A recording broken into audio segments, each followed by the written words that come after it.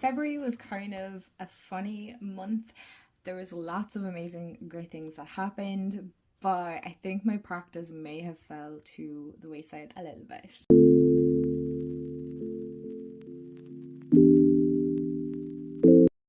Hey everyone, and welcome back to my channel, or welcome to my channel if you're new. Hi, I'm Mand. So today's video, we're going to talk about my February monthly wrap up. Like, what did I get up to? What happened? Decks I worked with? What did I do in my journals? Things like that. So February has been a funny month. It has had amazing highs. I'm not even going to lie. Like, I hit 1,000 subscribers. I'm still in shock of that. I'm like, what? We're well over 1,000 now at this stage. So I cannot say thank you enough. Honestly, this community is incredible, and I'm so extremely grateful to be a part of it and to be building such an amazing community as well. So again, I cannot thank you enough. I didn't work with many decks this month because I was so busy on, one, my own personal life, got a lot going on, and two, creating content here. I have been kind of playing around with certain ideas. I'm excited for the month of March because I have a couple of ideas and plans that I want to bring to fruition.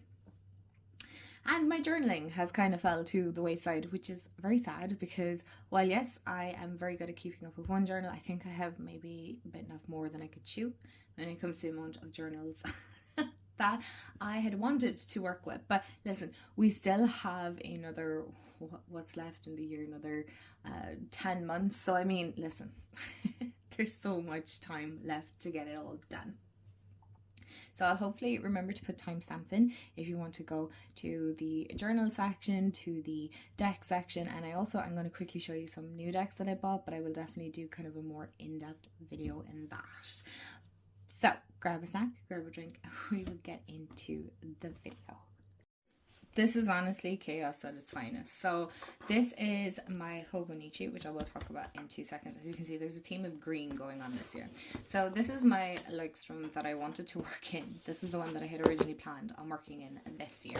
And I still do plan on working in it. Sorry, the stickers are glossy in this. I have not done my goals. I haven't even done my bingo card. I have made up the bingo grid, but I just haven't filled it in yet. What else can I share here? I have my year ahead reading done.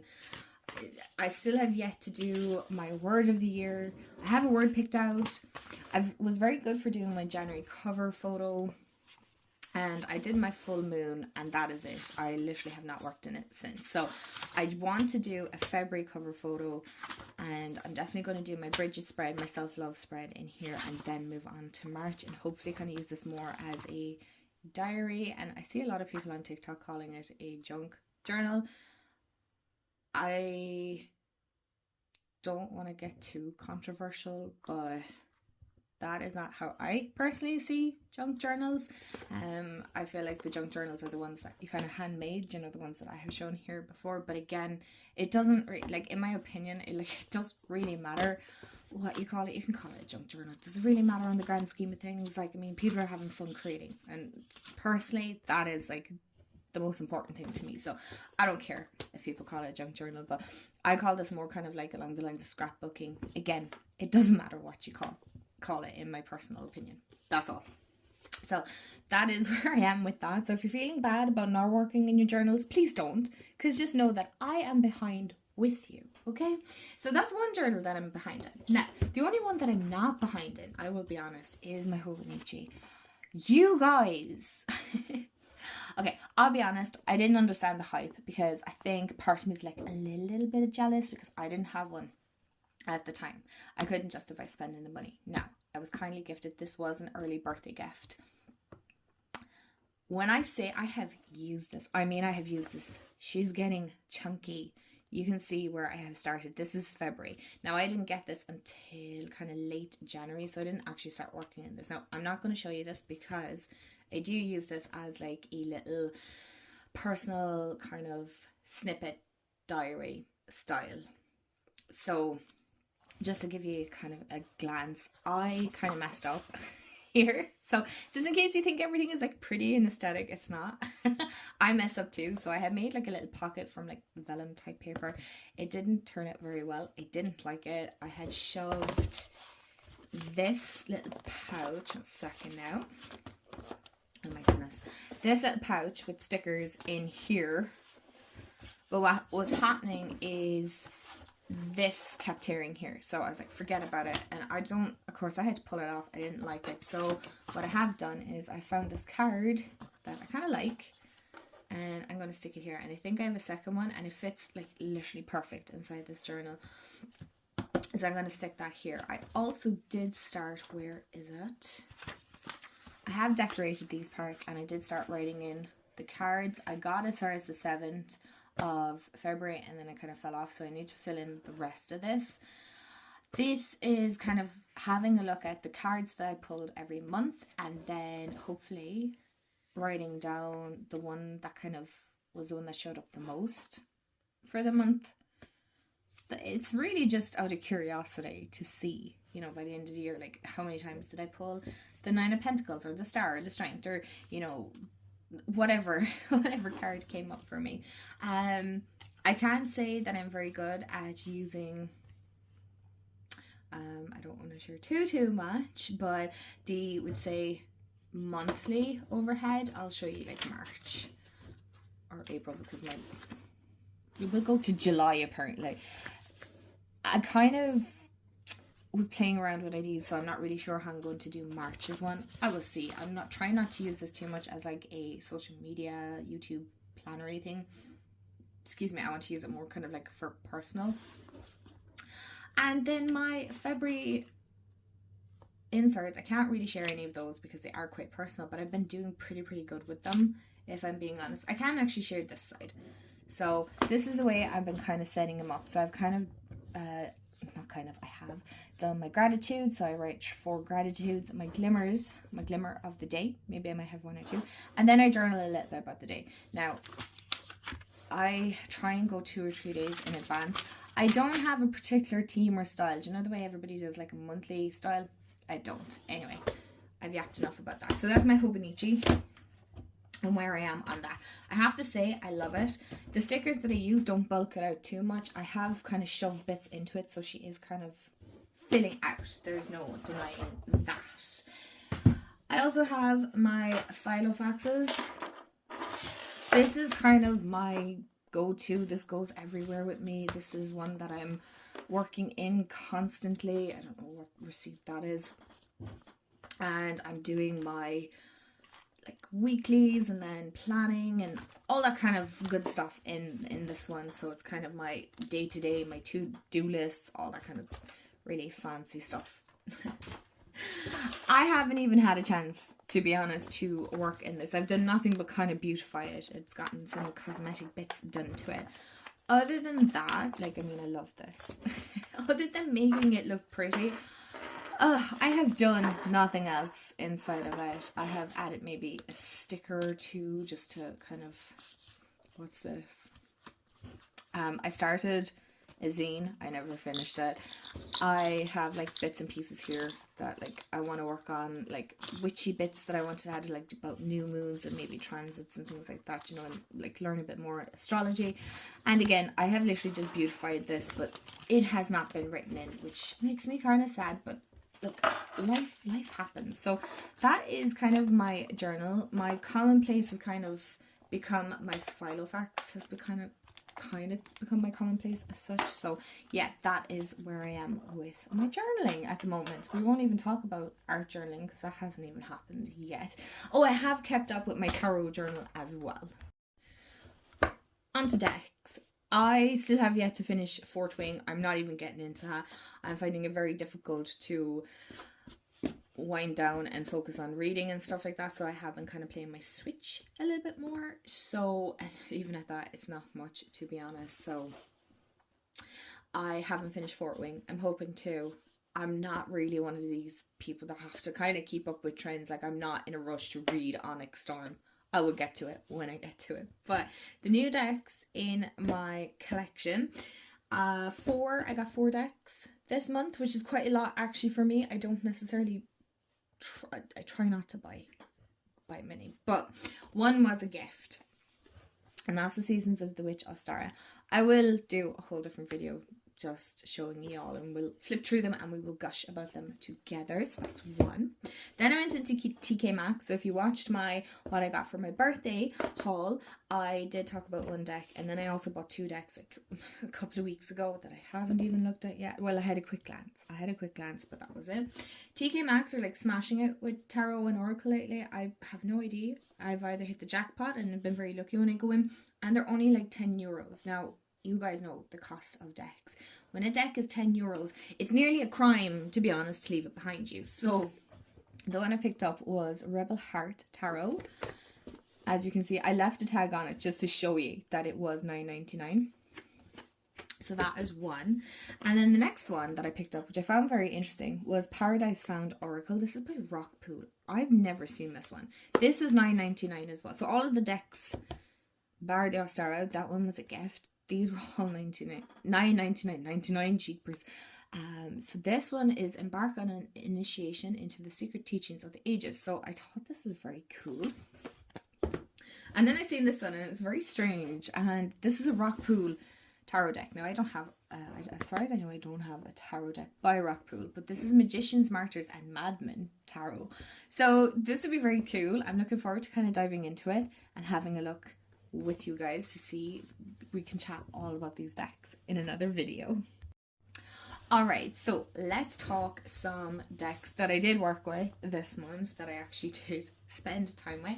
And I only have 3 pairings, to be honest, because again, oh well, I suppose obviously an honourable mention that I did work with was Bridget, my Bridget Oracle. As you can see, I have my prompts here by Lionheart. I still have my cards separated because I want to write about them.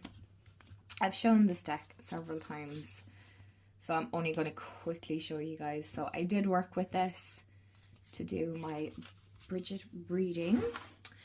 And I have my list beside me because sometimes I can't remember what decks I worked with, so I have to write it down. So the first pairing I did work with was Seasons of the Witch in bulk, and I did work with the Witch's Wisdom Tarot. Okay, so this is the Witch's Wisdom Tarot, and on either side is the in bulk tarot.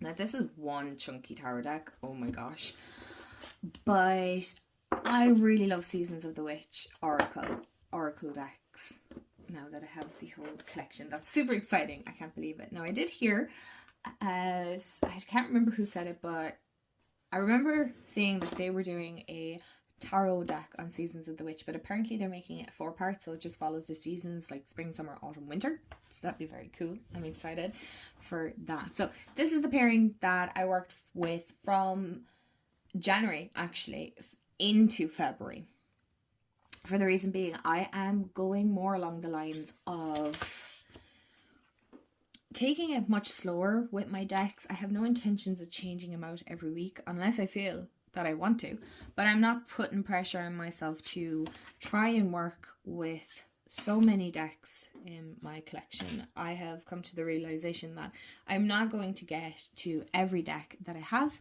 in my collection, and that's okay. That I shouldn't feel so hard on myself. I work with what I feel like I want to work with, or that I feel like I need to, and then I work with it for as long as I feel the need to work with it, right? And this was a really beautiful slow pairing, very gentle, very nature-based for sure. There's definitely an element of January being a much slower month for everybody personally. Maybe in your business it's been a bit slower, you know. Just it's a great reminder to take our time and to not feel the need to rush into the whole new year pressure that society seems to put on us. And again, I have my own kind of cycle that I like to follow when it comes to the seasons, and so I don't feel the need to set goals, like massive life goals, or, you know, a lot of people like to start off setting their year ahead goals. I don't really do that until March, as such, because for me that's kind of when spring really starts, or even now. I mean, it isn't the end of February, so I suppose you could now if you wanted to. And so like that, so you're going with the Wheel of the Year. And I know a lot of people might start the new year kind of in November, so as in Samhain is their end of year. And I feel like you just do what's right with you, just because everything by, would say, the norm, whatever the heck that is, that you follow what feels right to you, and you follow your own cycle, and you follow your own clock as such, if that makes sense, right? I'm trying not to go too woo-woo here, but I found this to be quite insightful. I'm actually looking at my notes here, and there was a lot of insight to be gotten from this. It definitely got me thinking, and it got me to slow down a lot as well. So the second pairing that I worked with was the Wildwood Tarot. This box is impossible to fit in. And another one that's quite massive is the Winterseer Animal Oracle. So we can see a theme here of a more winter-based, a winter-based feel to my decks. I'm definitely approaching February a lot more slower in the sense of my practice. I needed decks that kind of had very informative guidebooks, for the reason being is I 100% trust my intuition. I just kind of needed, in the sense of messages from the guidebook, and that would do me for now. So we've seen the back, so I hope that makes sense. But as in, I really, because I've only been drawing cards in the morning currently, I'm hoping come March I'll have a little bit more time. Although I'm kind of looking at my March ahead and I'm like, oh, it's kind of busy. It's kind of a busy month. I'm not even going to lie. I have so many exciting things coming up. So that is, it's busy. But that's a good complaint. You know, that kind of, it's like a good busy. But this was very interesting pairing, and I was trying to find a comment. I can't remember who left, and you made a great suggestion on what deck to work with the Winterseer. And do you think I can find the comment? Because I know I have that tarot deck as well. I cannot remember the tarot deck for the life of me. I can't remember, and it was annoying me, and I was getting frustrated. So I just asked my decks. I'm like, okay, I want to work with the Winterseer. What deck wants to work? And the Wildwood was kind of like, yeah, me. And I really like, again, we can see a theme here of animals, right? And this is funny because I'm not an animal deck person, right? It wouldn't be one that I'm particularly drawn to. I love animals, which I think is hilarious because I love animals. I adore them. And yet I have this thing, I'm like, if you have one animal deck, why would you need more? I can't talk because I definitely have about 3 animal oracle decks, and I think the Winterseer would be one of my favorites for sure, because I suppose it would be the closest to, like, look at that here, the closest to the animals that would be here in Ireland. But this deck was, let me see when I changed to that pairing. And I changed to that actually in February, obviously. So I changed shortly after, yeah. And these were just great little snippets, to be honest. This, of course, one of my favorite cards, the donkey. I love the Wildwood, and I like the pagan aspect of it, and I like it is a slower approach because life would have been kind of slower in those times, I'd say, like busy, but you're more present because we didn't have distractions of, we'd say, social media and other things like that. Now, that's not me kicking online, but sometimes I know we can go down a whole doomsday scroll.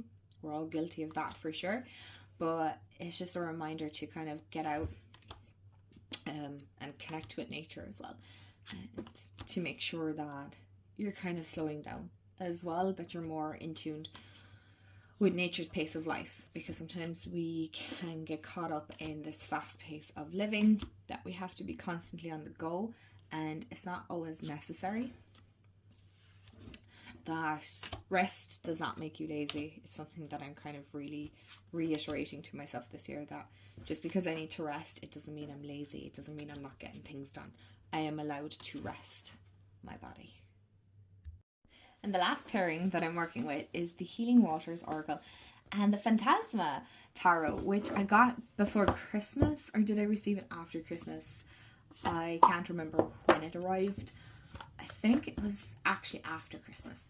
No, it wasn't. It was before. Anyway, it doesn't really matter.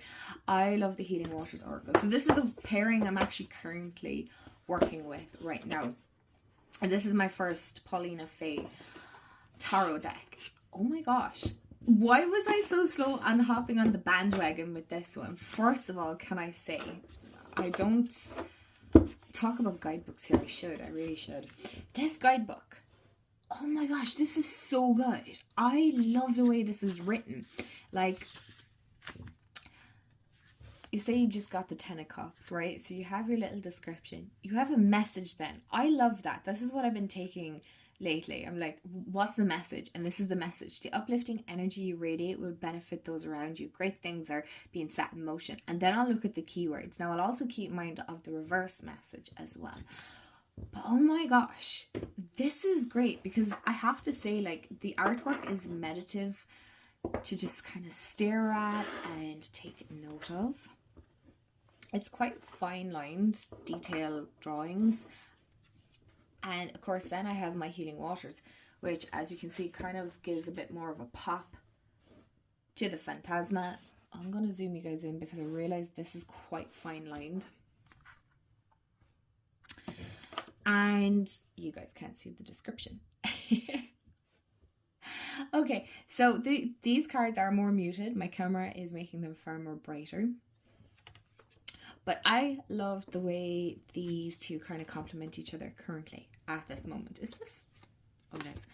I thought this was more along the lines of the Ancient Stones, but like, the artwork is nothing similar. I've noticed that I seem to like decks that the artwork are so contrasting to each other. They're so complete opposites. I'm actually going to put these side by side because I don't actually read with two oracles in a tarot. I read one and one.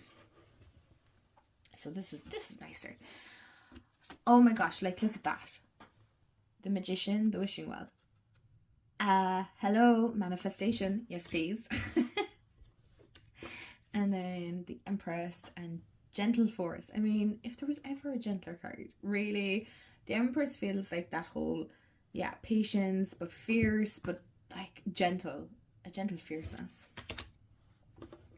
Where are all my... Okay. Then we have the Tower. I'm riding the wave. Like... Do you see what I mean? Like, the Tower is... For me, it's always kind of the breakdown because the foundation was kind of rubbish, right? And sometimes some things need to fall apart and you need to just let it go. So this is where, like, ride the waves comes in. It's like life lessons and growth. You will get through it. So while it's feeling kind of rubbish right now, you'll get through it. And then of course you have the element of water here. So can you see what I mean when I say there's like a lot of detail here? Like, Five of Pentacles, she who flows, ease, being open to change, go with the flow of life. There's just that sense of here, like, I feel with the Five of Pentacles here, I feel like she's being kind of consoled, that she's kind of feeling a little bit lost, unsure. Maybe it's about like that financial thing. So it's like, this card is saying, listen, I know my neighbor here is kind of rubbish, neighbor being my card, but things will get better. It'll pick up. Like, I just really like, it's not all positive, by the way, just in case you think, gosh, that's a bit, it's not. It's just exactly what I need right now in this moment. I need that kind of more uplifting, energetic, because I'll be honest, I'm not very energetic lately. I think just trying to sleep lately, or get a good night's sleep, has been kind of nearly impossible. I don't know, is it the energies that are going on or what is it, but this is just a beautiful start and uplift to my morning. So it is. I love this, and I'm always excited to pull this pairing out. So that's good. That's a good sign. So my lovelies, that is kind of what my February that kind of sums up my February. It's been a good kind of busy. It really has, and of course it was my birthday month, so that was super fun. And yeah, tell me, what did you get up to this month? What were some of your favorite deck pairings? Maybe you worked with some crystals as well. I worked with a few, all right, but not as many as I would have liked. But that always happens, right? I think we need to have March as a more realistic expectations for ourselves. So yeah, let me know in the comments below, what decks did you work with? What did you work in your journal? Did you craft something? I want to hear it all. Let me know how your February has been, and I will see y'all in the next video. And I hope you have a wonderful day, afternoon, evening, wherever you are in the world, and I'll chat to y'all real soon. Bye guys.